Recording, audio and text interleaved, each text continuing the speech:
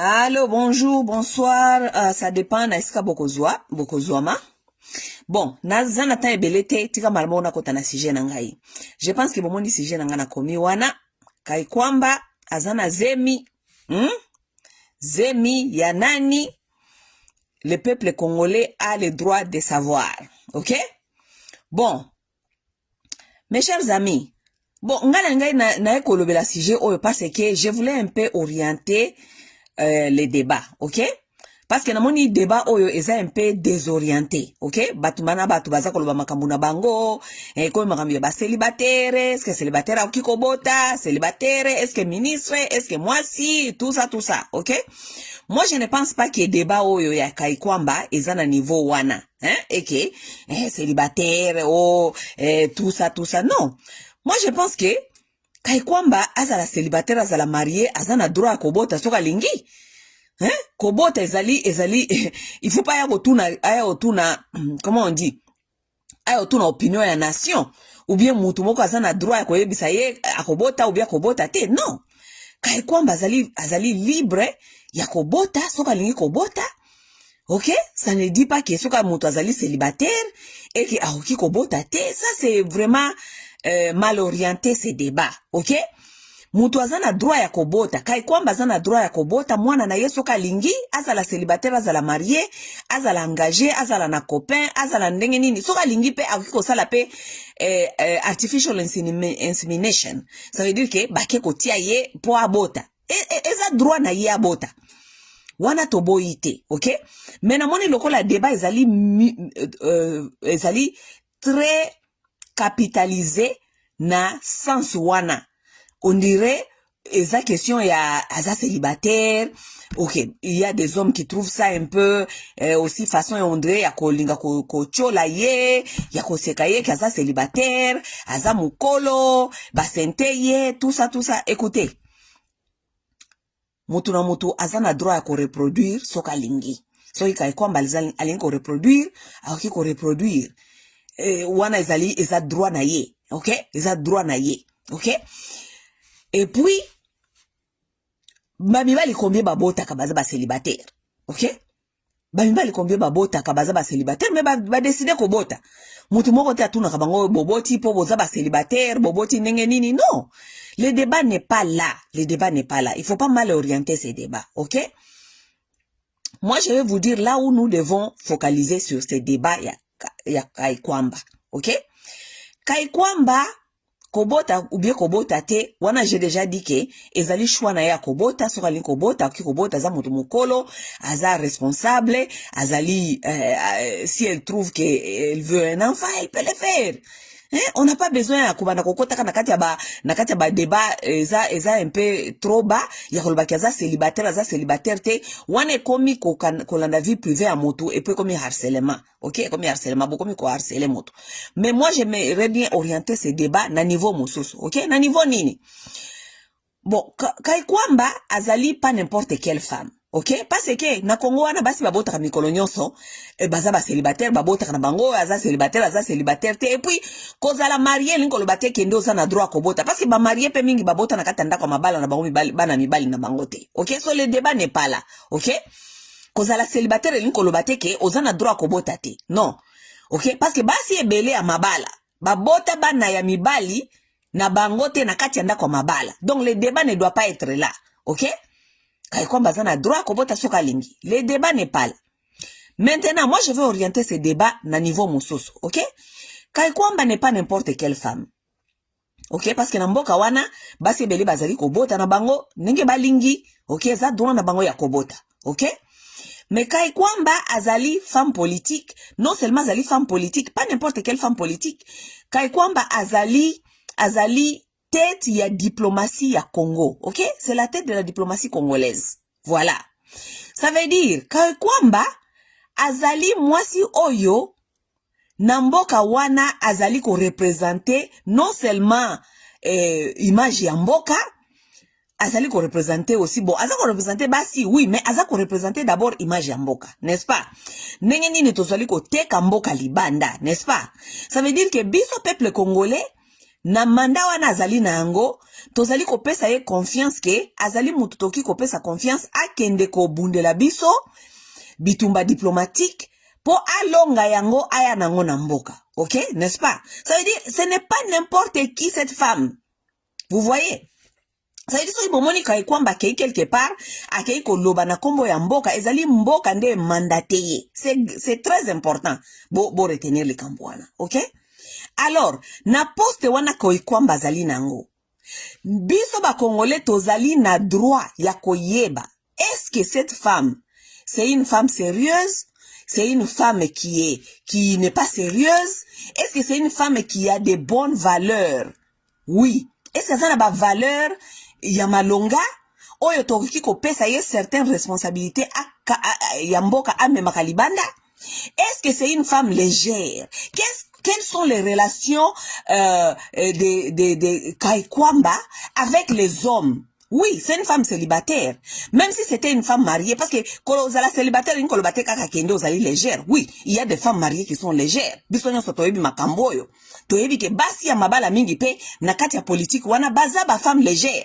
Ba yaka libanda wa kolala na ba politicien mosusu alors que baza ba femme mariée. Nous connaissons tous l'histoire de la politique congolaise, n'est-ce pas?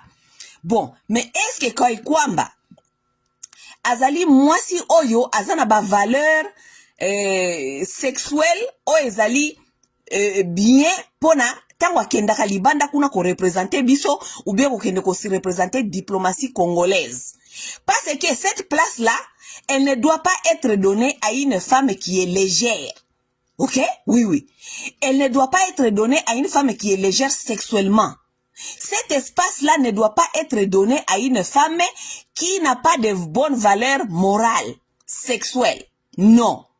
Parce que azali ko kende na makambu ya mboka libanda, azali ko kende ko teka diplomatie congolaise libanda, azali ko kende ko bunda bitumba libanda poto gagner diplomatie. Ça veut dire elle doit être une femme de caractère, une femme qui n'est pas légère, une femme qui a de bonnes valeurs morales sexuelles. Vous comprenez? Parce que so azali mwasi moko azali na ba valeur morale te, azali na ba valeur sexuelle ya bien te, c'est une femme qui va faire tomber la diplomatie parce que so azali femme légère oyo balala kalala ka n'importe comment, ba mibali nyonso babanda konde ko lala ye kuna diplomatie ko tambola te, akokende ko teka diplomatie pour na ba plaisir na ye sexuel. Voilà là où nous devons orienter ce débat. OK? Voilà là où nous devons orienter ce débat. Et c'est notre droit de questionner, de savoir quel genre de femme elle est. So azali mwasi ou azali femme légère, tokoki ko liebisa bakoki ko pesa ye position wana te.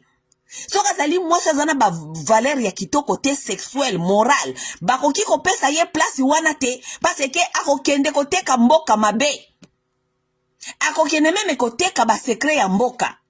Aoki kozala mwasi oyo soka zana ba valeur ya bien te sexuelle, ba oki kokende kuna ba melisi ba masanga, ba lali na ba hotel, ba yibi masolo na biso ya mboka. Nous avons le droit de savoir avec qui elle tourne cette femme, avec qui elle a affaire cette femme. Bolinga te ko intimider ba tu bolo ba bango ke baza ko tuna makambo ya Kaikwamba ba ko tuna makambo ya Kaikwamba. Moi je pense que le débat doit être réorienté na niveau wana.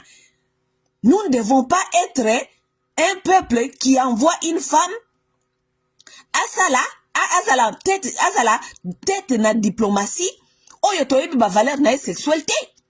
Non. Kaikwamba doivent nous expliquer. Elle ne doit pas venir nous intimider ici pour nous dire qu'elle va nous porter plainte. Non, Kaikwamba.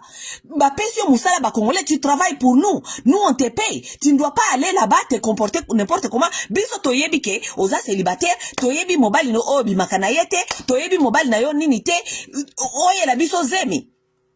Pourquoi pas c'est que tango zali ko kenda makamuna ba diplomatie kuna toyebi te avec qui tu as affaire là-bas. Toyebi te soko zali ba valeur na sexuelle zali nini. Toyebi te soko zali mwasi o ba melisa ba masanga comme ça ba leki na ba hotel. Toyebi te Kaikwamba. Donc il faut pas venir nous intimider.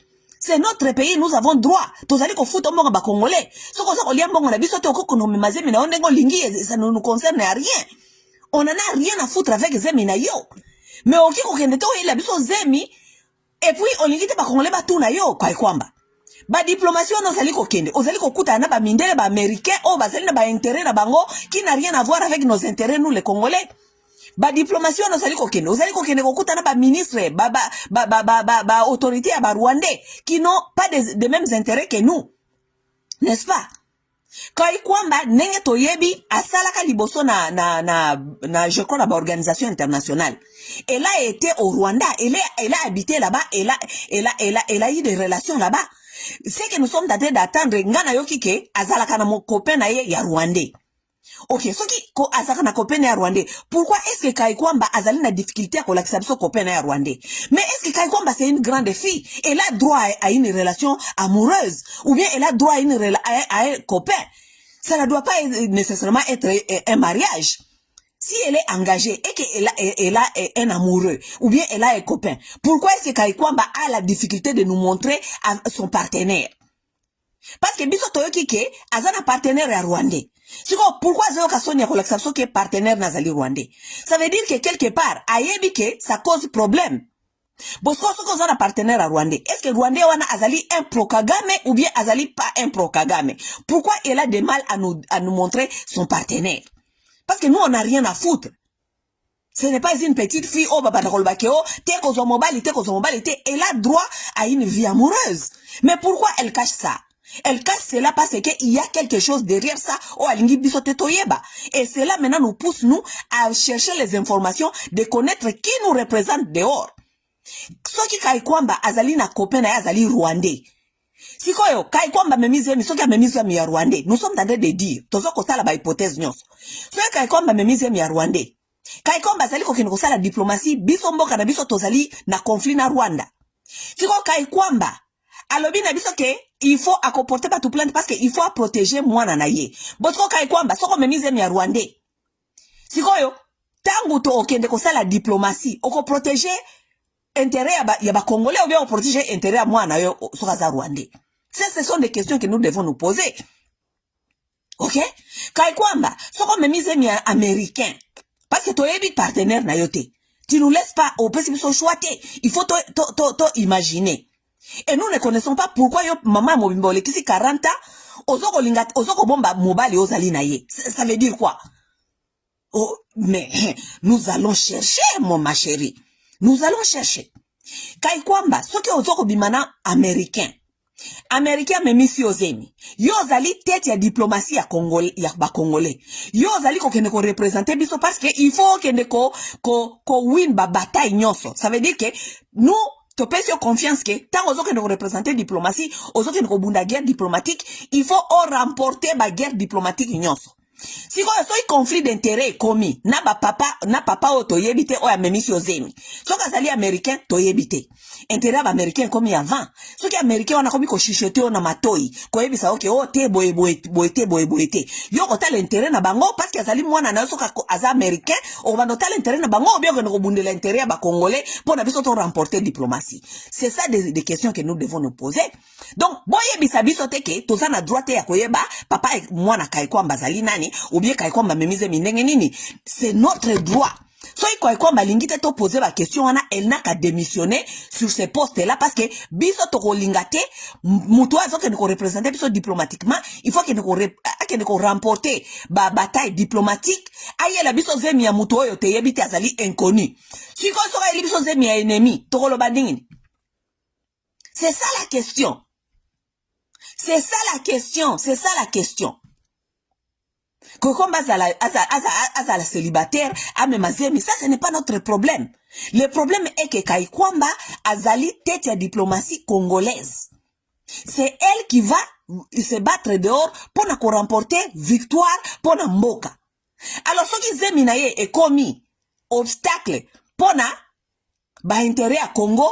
Nous devons savoir avec qui elle est en train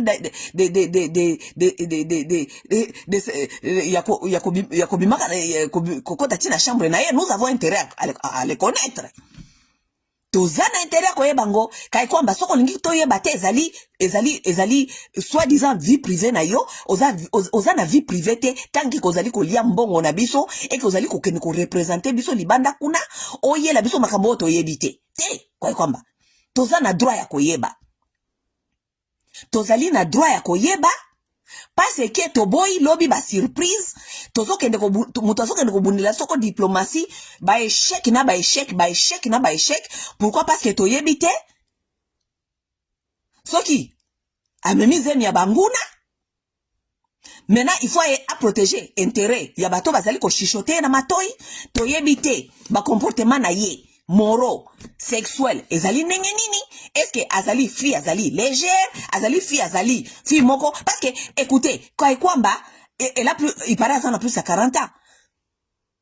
Kala wana nyonso kai kwamba zaki na azape na droit comme mazemi kala wana nyonso. Mais pourquoi seulement sikoyo? Nous devons nous demander des questions. Est-ce que kai kwamba azali ko kende ko sakana na bambongo na biso na ba hôtel? Oui. Pourquoi maintenant? Pourquoi me mise mi wana kaka sikoyo? OK? Est-ce que kai kwamba ce n'est pas une fille sérieuse qui est en train d'aller na kata ba hôtel parce que na betela ki bino li solo ya makambwele kaka na ba hôtel awa soki batu oyo ba ye na ba Washington, na ba New York. Je vous avais parlé de cette histoire. Comment est-ce que ces gens ici viennent seulement ici dans ces hôtels dépenser notre argent kolala naka lokola banyamazamba. Je vous avais parlé de ça. J'ai fait toute une vidéo sur ces séries-là. Maintenant, nous devons savoir Kaikwamba tous ces années-là, pourquoi même Kizemite aye comme mango kaka sikoyo tango azali ko sala diplomatie. Biloko na bango bazoke na ba hotel mikolonyoso na ba hotel mikolonyoso. Bazoke ne ko lala na kakuna ule tozo tinda bango misala, ule ba kende ko sala musala, bazoke ne ko lala na lokola ba nyama zamba na kati ya ba hotel. Si matango abimi na zemi kuna biso totuna te. Totuna te. Muto memi diplomatie toza na pays en guerre. So ikai kwamba azali na ba comportement ya légèreté. Azoko tambolaka na masolo ya mboka na ba valise na ye. So aza muto aza légère. Eke bazuye kuna balali lalie na ba hotel ba yibi ba information ya mboka ekei. Biso ba congolais totuna te parce que kwa kwamba za nani. Tofuta kaimbongo na biso azali mosale ya ba congolais tozali na droit ya kotuna ye aza na droit ko expliquer biso so kwa kwamba za na alingo expliquer biso te elle n'a qu'à démissionner et on s'en fout de sa grossesse so kwa kwamba zala ke sika zalité mututal nga tuna grossesse na ye baza ko tuna ngo parce que azali chef ya diplomatie ya Congo atambola kana na makamana biso na maboko ako ndo kolala kala kana ba tout oyo biso to yebite les gens inconnus que nous ne connaissons pas qui ils sont. Ça c'est dangereux pour la nation. Totuna te. Kai kwamba soko lingite totuna démissionne parce que ba congolais lelo na lobby donc ozana droit ya komemaka bazemi na kobota soki tolingi mutu te atunaka. Mais yo na position ozali nango na makambo tozali kotinda yo sala ozana droit te ya koyela biso zemi ya inconnu. Yo mama mukolo boye okoki komemela biso zemi te oyebisa biso okosa biso ubio bomba ka partenaire. Non. Parce que sali mutu mukolo ozana droit ya kozala na vie amoureuse, ya kozala na copain, ya kobota soko lingi. Mais soko zali ko bomba ngo ça veut dire il y a quelque chose derrière ça et nous devons savoir parce que to futa ka mbongo na biso to banda ko tinda ka hôtel diplomatie pour que na ko lala kana ba hôtel ou bien soko zali légère balala kana ba hôtel na banguna babotolo masolo ya mboka. OK ka kwamba quelque chose d'autre. Est-ce que Zemi oyo ezali à Félix? Ce qui Zemi ezali à Félix, ce n'est pas une bonne chose non plus. Parce que Kaikwamba, azali muto azali ko sala diplomatie pour na ba Congolais, pas pour Félix. Ça veut dire que ce qui Zemi ezali à Félix, ça veut dire que Kaikwamba, il faut démissionner. Pourquoi? Parce que elle ne va pas aller représenter les intérêts des Congolais en dehors. Akobana ko kende ko représenter ba intérêt à Félix. Ça veut dire que biso ba congolais il faut toyeba ke so ke zali zemi ya nani. C'est notre droit légitime. Kai kwamba zali ministre te ya kokende ko représentaka ba intérêt ya Félix Tshisekedi. Azali kokende ko représenter intérêt ya mboka na peuple congolais. Ça veut dire que comme mazemi ya Félix aussi, ce n'est pas une bonne chose parce que kai kwamba Félix bandako yebisa makamba ko bandako loba kuna o ezali kokende na intérêt ya Félix, pas pour le peuple congolais. Donc kwamba retirer maloba na yo wana oya koyebisa biso ke okoporter batu plainte parce que bakoti vie privée na yo te vie privée zali awate parce que ozali femme publique ozali femme politique et puis place wana ozali okoki komema zemi n'importe comment te oya koyebisa bakongole batuna te papa azali incognito tuna te soko memi zemi ya munguna biso totuna te to bandafanda kaka bwe na mboka kaka bwe esheki kote diplomatie nzoka nde yo oyebi makambo ozali kosala kuna soki zemi ya rwande sikoyo biso na Rwanda tozali kobunda soki zemi ya Rwande biso na Rwanda tozali kobunda siko diplomatie yo chef ya diplomatie okokotela nani okokotela Rwande papa ya mwana na yo obe okokotela biso ba Congolais soki zemi ya américain biso na ba Amerique tozala ba intérêt ekokani te okokotela papa ya mwana na yo américain obe okokotela biso ba Congomani soki zemi ya Félix okokotela Félix okendo kosala diplomatie pona Félix obe okosala diplomatie pona peuple congolais wana nde foto yeba metika koyebisa biso ki okopote batu plainte okopote mutu moko te plainte parce que les Congolais ont droit de savoir parce que bafuta ka yombongo na bango ozwaka mbongo ya contribuable mbongo na biso ya kolta o eza ya biso nyoso ya mboka yango efuta ka yo salaire yo ozane loko ya koyebisa biso te biso neto ozane loko ya koyebisa yo il faut to yebisa kabino ba vérité. Vous n'avez rien à nous dire, c'est nous qui avons des choses à vous demander. Et lorsque nous vous demandons des comptes, il faut venir vite nous le dire. Ok?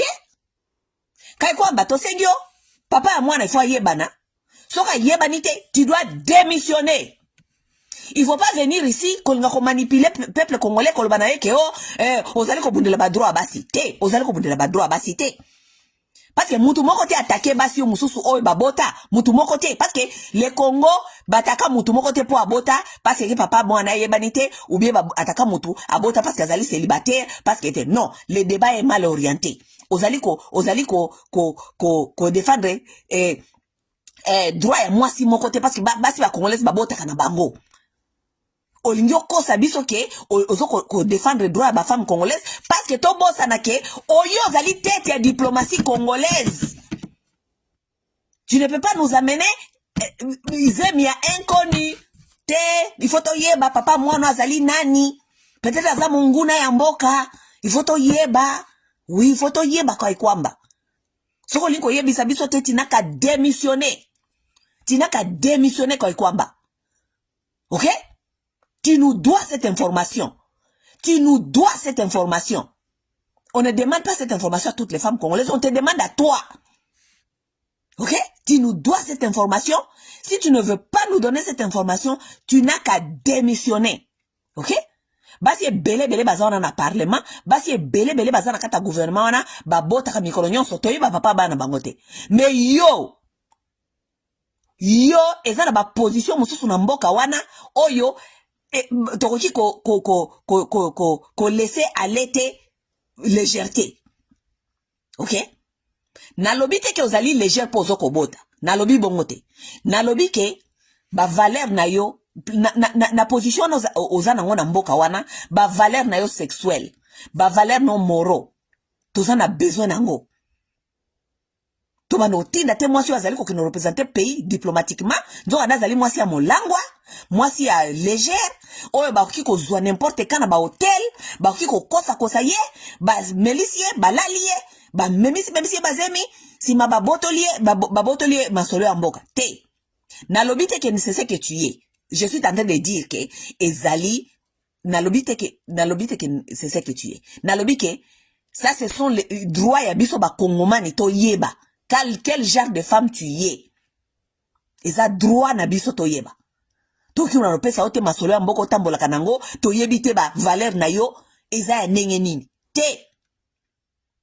Toki una pesa ote masolo ya mboka otambola kanango to yebi te mutu nini obimaka na ye, mutu nini amemisi ozemi, mutu nini no.